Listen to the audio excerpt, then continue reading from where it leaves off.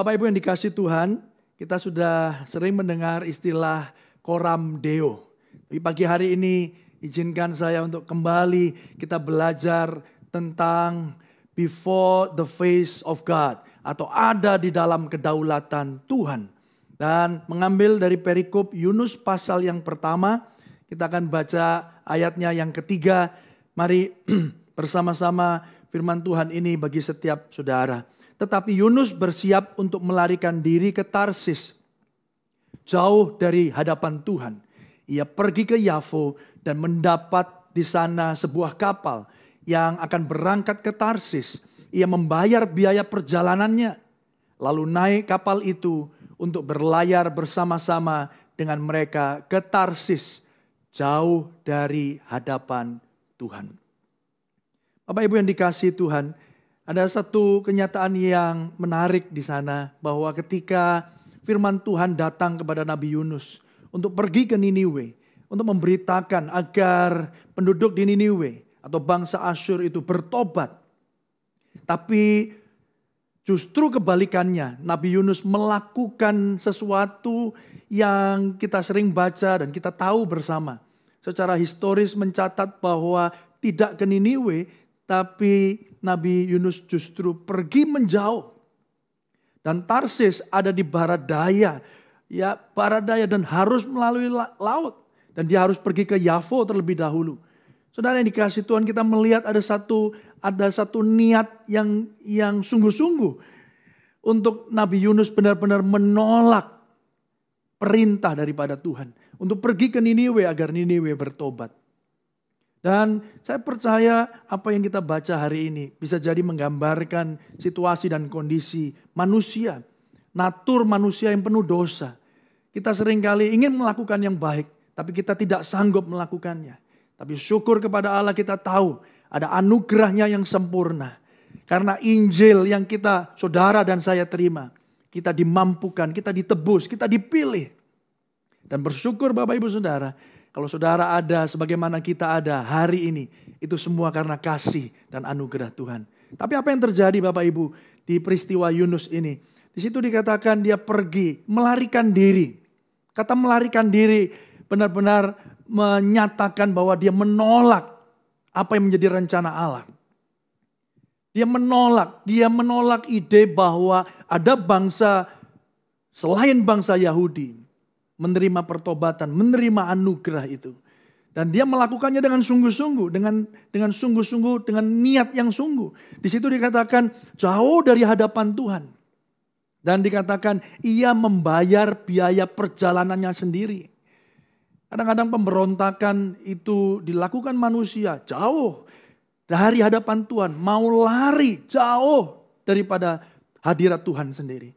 Dan saudara yang dikasihi Tuhan, ini menandakan masalah manusia yang pertama, saya catat di sana. Ya, kita seringkali memiliki sebuah ilusi bahwa kita manusia memiliki kendali atas hidup kita. Kita sepertinya bebas melakukan apa saja. Yes, kita punya pilihan bebas. Tapi saya mau katakan Bapak Ibu Saudara yang dikasihi Tuhan, seringkali dalam natur keberdosaan kita mau lari dari hadapan Tuhan. Kita mau lari dari rencana Allah. Kita tahu rencana Allah itu baik, tapi seringkali ketika itu kita lihat tidak cocok dengan hidup kita. Seringkali itu tidak masuk dalam perencanaan kita, bahkan tidak ada dalam bayangan kita. Kita lari, kita menolak. Dan peristiwa ini menandakan bahwa seringkali juga itu terjadi di dalam setiap kehidupan Bapak Ibu Saudara. Dan Reverend Edmund Chan pernah berkata, we are deceived by the illusion of control. Kita ditipu bahwa seakan-akan kita bisa mengendalikan hidup kita sendiri. Seakan-akan kita punya power, seakan-akan kita punya kendali. Ini ilusi kendali terjadi dalam kehidupan manusia, apalagi di zaman post-truth atau post-modern ini. Manusia berpikir bahwa nobody can save us, we have to save ourselves. Oleh karena itu mereka pakai hikmatnya mereka sendiri. Mereka memakai pengetahuan, pengalamannya sendiri. Saudara yang dikasihi Tuhan, di poin yang pertama ini kita belajar bahwa seringkali kita terjebak bahwa kita punya kendali atas hidup kita. Sesungguhnya adalah Tuhanlah yang berdaulat dalam hidup saudara dan saya. Beberapa waktu yang lalu saya juga pernah share di Jemaat Gibeon bahwa sebelum saya mengambil keputusan untuk penuh waktu sebagai hamba Tuhan, saya memiliki sebuah karir yang menurut saya tidak buruk. Hal itu baik, jadi berkat, jadi alat kemuliaan Tuhan. Tapi Tuhan punya rencana yang berbeda. Dalam masa-masa saya ketika saya masih ada di dunia pekerjaan yang sebelum ini, saya berpikir bahwa saya mau mempunyai hidup saya sendiri. Saya anak hamba Tuhan dan saya berpikir saya tidak harus mengikuti jejak ayah saya. Oleh karena itu saya mulai berpikir, saya ambil sekolah di bidang yang lain. Dan saya meneruskan dan melanjutkan karir saya. Dan saya ada di karir itu kurang lebih 10 tahun lamanya. Tapi saya berpikir saya punya kendali atas masa depan saya. Dan hari ini syukur kepada Allah. Kita seringkali berpikir kita punya kendali atas hidup kita. Tapi kita tahu bahwa Tuhanlah yang berdaulat atas hidup saudara. Amsal 16 ayat yang ke-9 dikatakan, hati manusia memikir-mikirkan jalannya, tetapi Tuhanlah yang menentukan arah langkahnya. Bahkan Yesus sendiri, dia mengalami, dia ada di muka bumi. Dia harus mengerjakan rencana dan menggenapi rencana Bapaknya. Di situ dikatakan maka ia maju sedikit lalu sujud dan berdoa. Katanya, ya Bapakku, jikalau sekiranya mungkin biarlah cawan ini lalu daripadaku. Kehendak manusianya menginginkan untuk dia tidak mengalami apa yang dia harus alami di atas kayu salib. Dan dia katakan kalau bisa biarlah cawan ini lalu daripadaku. Tapi yang menarik di sana Yesus sadar, Yesus tahu bahwa Bapaknya berdaulat. Bahwa kehendak Allah harus terjadi dan digenapi sempurna di atas muka bumi ini. Oleh karena itu dia katakan, melainkan seperti yang kau kehendaki. Kalau bisa cawan ini berlalu. Tapi bukan kehendakku Tuhan. Tapi kehendakmu yang terjadi. Saudara yang dikasihi Tuhan, biarlah hari ini kita belajar dan diingatkan kembali. Bahwa sesungguhnya kita tidak punya kendali atas hidup kita. Kita pikir dengan pengalaman kita, dengan kekuatan kita, dengan pengetahuan kita, dengan apa yang kita punya, dengan harta yang kita miliki. Kita mampu mengatur dan punya kendali atas hidup saudara dan saya. Masa-masa pandemi ini menyatakan bahwa hanya ada satu yang berdaulat di atas muka bumi ini. Saudara yang dikasihi Tuhan, di poin yang berikutnya, mari kita terus membaca atau melanjutkan bacaan kita dalam Yunus pasal yang pertama di ayat yang keempat. Di sana dikatakan, tetapi Tuhan menurunkan angin ribut. Kita tahu cerita ini. Ya, lalu ada terjadi badai besar sehingga kapal itu hampir terpukul hancur. Awak kapal menjadi takut, masing-masing berteriak kepada Allahnya dan mereka membuang ke dalam laut segala muatan kapal itu untuk meringankannya. Tetapi Yunus telah turun ke dalam ruang kapal yang paling bawah dan berbaring di situ, lalu tertidur nyenyak. Datanglah nakoda mendapatkannya sambil berkata, bagaimana mungkin engkau tidur begitu nyenyak? Bangunlah, berserulah kepada Allahmu. Barangkali Allah itu akan mengindahkan kita, sehingga kita tidak binasa. Lalu berkatalah mereka satu sama lain, marilah kita buang undi supaya mengetahui karena siapa kita ditimpa oleh malapetaka ini. Mereka membuang undi dan Yunuslah yang kena undi. Saudara yang dikasihi Tuhan, ini satu hal yang menarik dari perikop ini adalah ketika Yunus lari dari hadapan Tuhan. Ada badai besar. Dia naik kapal, dia mau lari jauh. Tarsis itu juga seringkali diceritakan atau digambarkan sebagai ujung bumi. Seakan-akan dia mau lari jauh, di mana tidak ada Tuhan di situ. Dan apa yang terjadi? Diizinkan Tuhan, ada angin ribut bahkan badai besar.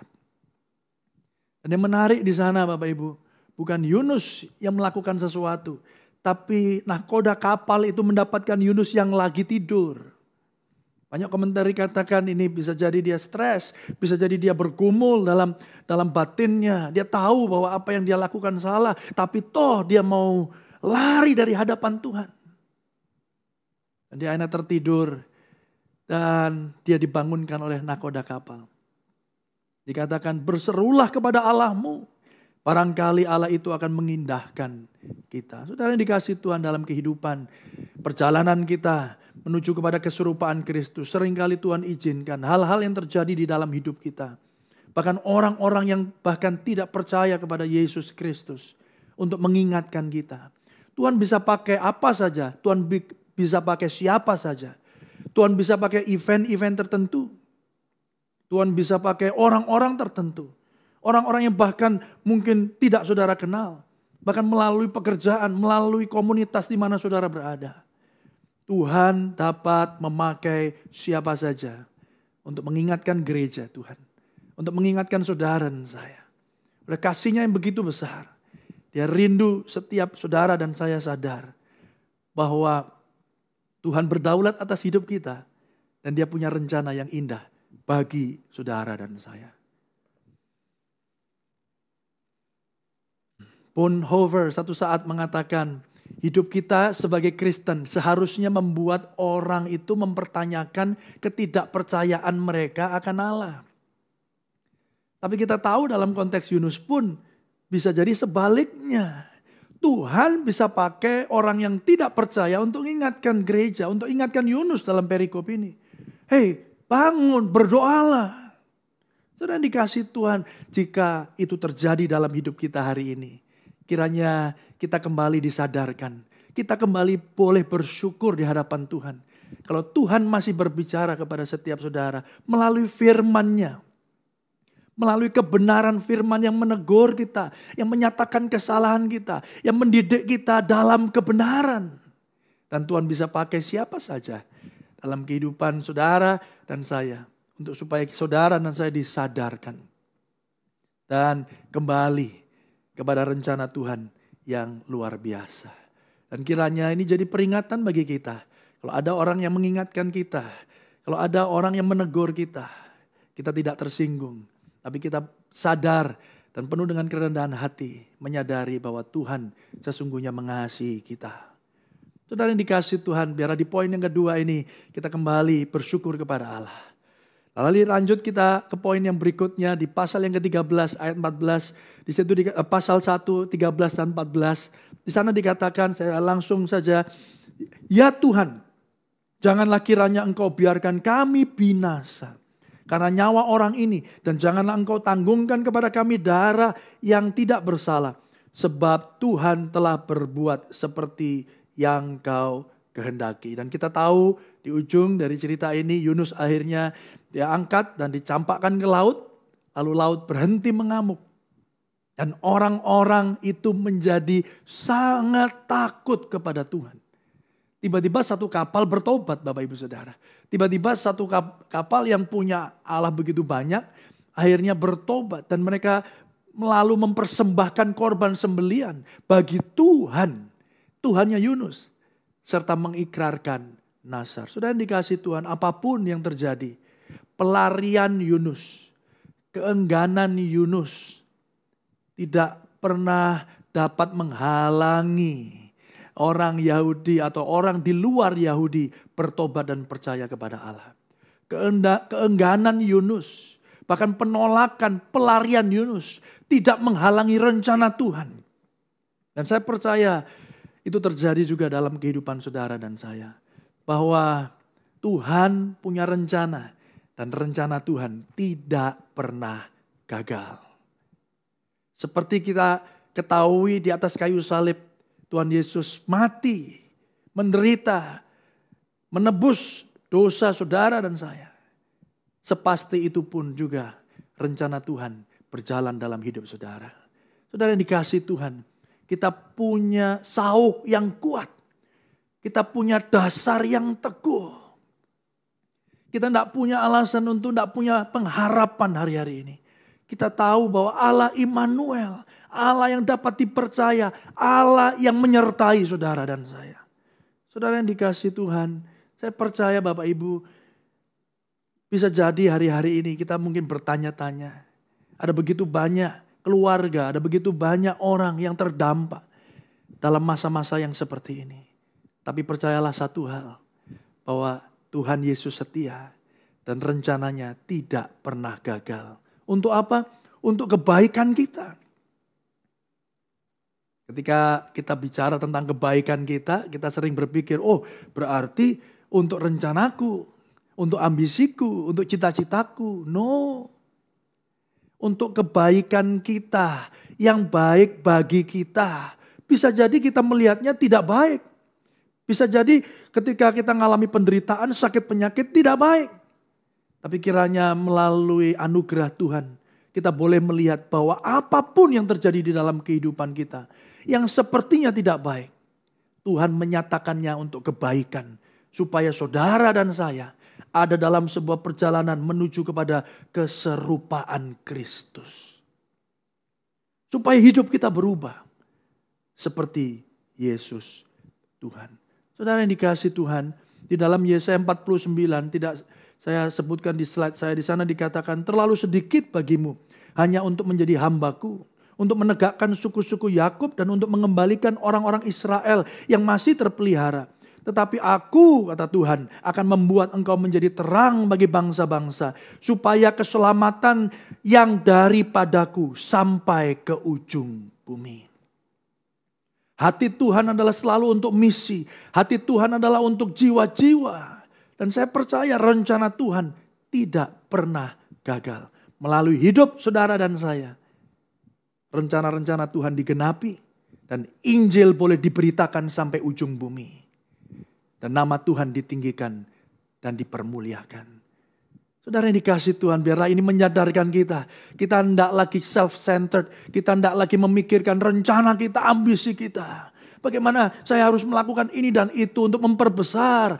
Ya mungkin perusahaan kita, mungkin rencana-rencana kita ke depan. Mungkin bagaimana kita punya ini dan punya itu. Saudara yang dikasihi Tuhan, sadari satu hal. Bahwa kita ada dalam sebuah koridor. Ada rencana Tuhan yang digenapi melalui saudara dan saya. Dia yang berdaulat, kita yang ada di dalam Kristus, dan Kristus yang ada di dalam kita. Bekerja untuk sebuah pekerjaan baik. Supaya banyak orang yang ada di luar sana boleh melihat Yesus yang sama. Yang saudara dan saya alami. Dan lidah mereka mengaku, lutut mereka bertelut. Yesus Kristus adalah Tuhan dan Juru Selamat pribadi mereka. Saudara yang dikasihi Tuhan, kiranya saudara hari ini kita boleh belajar satu kebenaran firman. Bahwa keengganan kita, pemberontakan kita tidak menghentikan kasih Allah. Tidak menghentikan rencana Allah. Rencana Tuhan pasti digenapi. Dan di perikop atau di poin berikutnya di Yunus pasal yang kedua ayat yang ke-6. Kita tahu di akhir cerita ketika Yunus dibuang ke laut ada ikan besar. Dan di dalam ikan itu Yunus mengalami satu perubahan hidup. Yunus 2 ayat yang ke-6. Di sana dikatakan di dasar gunung-gunung aku tenggelam ke dasar bumi. Pintu terpalang di belakangku untuk selama-lamanya.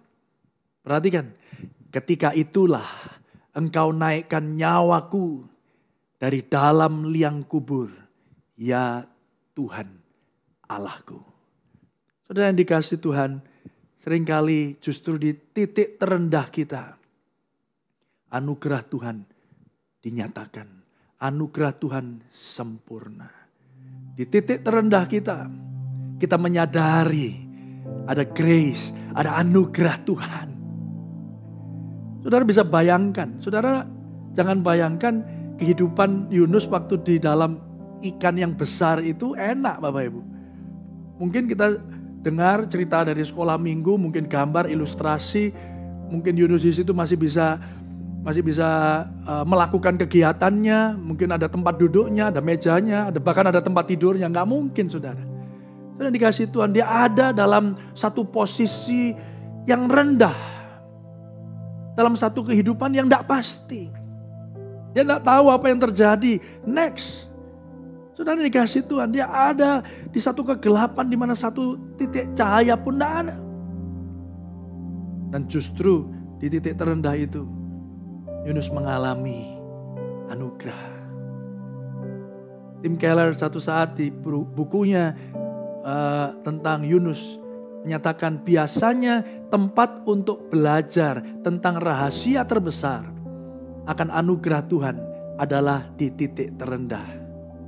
Saudara yang dikasihi Tuhan, kalau hari ini saudara mengalami satu dan lain hal, di mana kita bisa jadi ada di rock bottom, ada di titik terendah, kita tidak bisa lihat cahaya satupun. Kiranya anugerah Tuhan dinyatakan sempurna di dalam kehidupan saudara. Saya percaya ini adalah masa-masa di mana kasih karunia Tuhan dinyatakan untuk supaya setiap kita menyadari bahwa kita ada di dalam rencana Tuhan yang dahsyat, ada di dalam hadirat Tuhan, ada di dalam kedaulatan Tuhan. Manusia memikir-mikirkan jalannya, tapi Tuhan yang menentukan arah langkahnya. Saudara yang dikasihi Tuhan, apa yang terjadi berikutnya kita tahu. Kita baca di dalam Yunus 3 ayat yang kelima dan yang keenam. Di sana dikatakan, orang Niniwe percaya kepada Allah, lalu mereka mengumumkan puasa dan mereka baik orang dewasa maupun anak-anak mengenakan kain kabung. Setelah sampai kabar itu kepada raja kota Niniwe, turunlah ia dari singgasananya, ditanggalkannya jubahnya, diselubungkannya kain kabung, lalu duduklah ia di abu. Saudara, setelah Yunus sampai kepada rock bottom, dia jatuh di titik yang paling rendah. Dia mengalami anugerah Tuhan dan Tuhan bebaskan dia. Tuhan beri kembali kesempatan untuk kembali. Beritanya tetap sama. Pergi ke Niniwe, ingatkan mereka. Saudara, anugerah Tuhan terjadi. Tuhan rindu tidak hanya bangsa Yahudi, tapi bangsa-bangsa yang lain. Dan itu dinyatakan, dibuktikan melalui kehidupan saudara dan saya hari ini. Anugerah Tuhan, kasih karunia-Nya terbuka bagi setiap kita. Dan ketika Yunus akhirnya pergi ke Niniwe, orang Niniwe terima berita itu dan mereka bertobat. Dan akhirnya diluputkan dari amarah daripada Tuhan.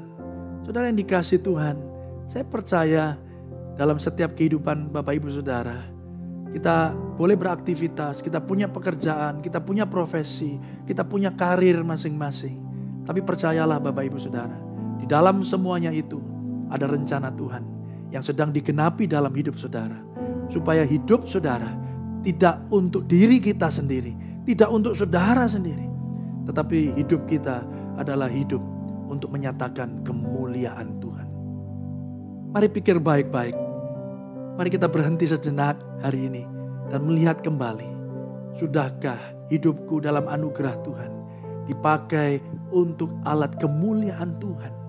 Dalam pekerjaanku, dalam pelayananku, dalam profesiku, ketika aku studi, ketika aku belajar, dimanapun Tuhan tempatkan aku, kiranya kemuliaan Tuhan boleh dinyatakan. Saudara yang dikasihi Tuhan, hidup ini bukan tentang kita, tapi melalui hidup saudara dan saya, Tuhan rindu kemuliaan-Nya boleh dinyatakan. Saudara yang dikasihi Tuhan, kiranya ini jadi peneguhan buat setiap saudara dan saya. Oleh karena itu, apapun yang terjadi di dalam hidup saudara, mari kita tetap bersyukur di hadapan Tuhan. Kita tahu rencananya tidak pernah gagal dan kita jadi alat kemuliaan Tuhan. Saya percaya kalau Tuhan punya kepentingan untuk rencananya pasti digenapi. Dan Dia memakai saudara dan saya sebagai alat kemuliaan-Nya. Saya percaya saudara pun ada dalam perlindungan Tuhan. Kita ada dalam kedaulatan Tuhan. Dalam segala kondisi dan keadaan yang bisa jadi kita unthinkable. Kita nggak bisa berpikir bahwa apa yang kita alami, kenapa ini terjadi dalam hidupku. Saya mau kasih tahu Bapak Ibu Saudara. Biarlah setiap kita kembali diingatkan bahwa kita punya Tuhan yang dahsyat. Kita punya Tuhan yang luar biasa, yang menyertai kita sampai pada kesudahannya. Oleh karena itu, Tuhan yang sama akan memampukan saudara dan saya. Menyadarkan kita bahwa kita tinggal di dalam hadirat Tuhan. Kita ada di dalam kedaulatan Tuhan. Dan kita hidup untuk hormat dan kemuliaan nama Tuhan. Suatu Suatu saat R.C. Sproul pernah berkata seperti ini, Bapak Ibu Saudara. Kita tidak seharusnya membedakan waktu hidup kita. Memberi sebagian waktu untuk Tuhan, bisnis, sekolah, dan menyimpan sebagian bagi diri sendiri. Seharusnya adalah kita hidup ini di dalam hadirat Tuhan. Tinggal di bawah kedaulatannya. Dan hidup bagi kehormatan dan kemuliaannya. Itulah kekristenan yang sesungguhnya. Saudara, apapun kondisi saudara dan saya hari ini, tidak lagi kita bisa mendikotomikan antara kehidupan kita, kehidupan gereja, kehidupan pekerjaan. Karena semuanya itu ada di dalam hadirat Tuhan. Dan biarlah kekristenan kita boleh ditunjukkan dalam anugerah Tuhan, kita dimampukan untuk dapat orang lain melihat bahwa melalui hidup saudara dan saya, nama Tuhan ditinggikan dan dipermuliakan. Mereka boleh lihat saudara yang dokter, saudara yang dosen, saudara yang businessman, apapun profesi, bahkan kita yang menjadi ibu rumah tangga, kita menjadi suami dan jadi istri, jadi anak, jadi orang tua. Semua itu tidak terlepas dari coram Deo. Kita ada di hadapan Tuhan. Kita tinggal di dalam hadiratnya. Kita tinggal di dalam kedaulatan Tuhan. Dan kita hidup untuk hormat dan kemuliaan Tuhan. Kita belajar dari Rasul Paulus, Bapak Ibu Saudara. Hidupnya, dia sadar bahwa dia orang yang berdosa. Bahkan ketika menuju perjalanan ke Damsyik, dia katakan, siapakah engkau Tuhan? Dia tahu ada deity, ada satu pribadi yang lebih dahsyat, lebih hebat dari dirinya, yang ketika itu membuat dia sampai tidak bisa melihat. Dia sadar ada Tuhan semesta, pencipta langit dan bumi yang sedang berurusan dengan dia. Dan kiranya kesadaran yang sama boleh saudara dan saya alami. Dan hari ini saya boleh melihat ketika hidup saya ada sebagaimana saya ada hari ini, melayani Tuhan, bahkan bersama dengan orang tua saya. Saya tidak lagi berpikir untuk memiliki ambisi dan cita-cita. Dan hari ini saya boleh melihat bahwa apa yang Tuhan kerjakan di dalam kehidupan saya, semuanya ditujukan untuk menyatakan kemuliaan Tuhan. Saudara yang dikasihi Tuhan, kiranya kita boleh belajar dari Rasul Paulus di Filipi 1 ayat yang ke-20. Firman Tuhan di sana dikatakan, sebab yang sangat kurindukan dan kuharapkan ialah bahwa aku dalam segala hal tidak akan beroleh malu, melainkan seperti sedia kala, demikian pun sekarang Kristus dengan nyata dimuliakan di dalam tubuhku. Perhatikan, baik oleh hidupku maupun oleh matiku. Tidak gampang ngomong seperti ini Bapak Ibu Saudara. Saya percaya kalau tidak Roh Kudus yang memampukan Paulus untuk menyatakan ini Bapak Ibu, saya percaya dia pun tidak mampu melakukannya. Saudara yang dikasihi Tuhan, kiranya kehidupan kekristenan kita tidak lagi egois.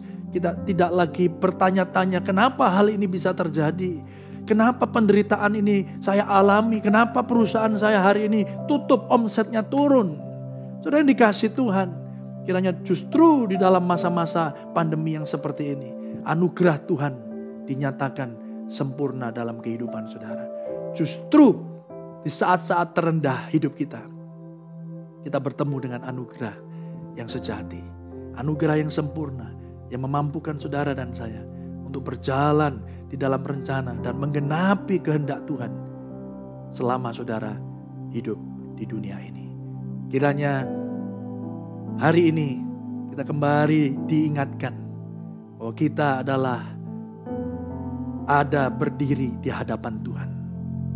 Kita coram Deo, kita standing before the face of God. Kita ada di dalam hadiratnya, kita ada di dalam kedaulatannya. Dan kiranya hidup saudara dan saya ada untuk hormat dan kemuliaan Tuhan. Coram Deo. Tuhan memberkati saudara.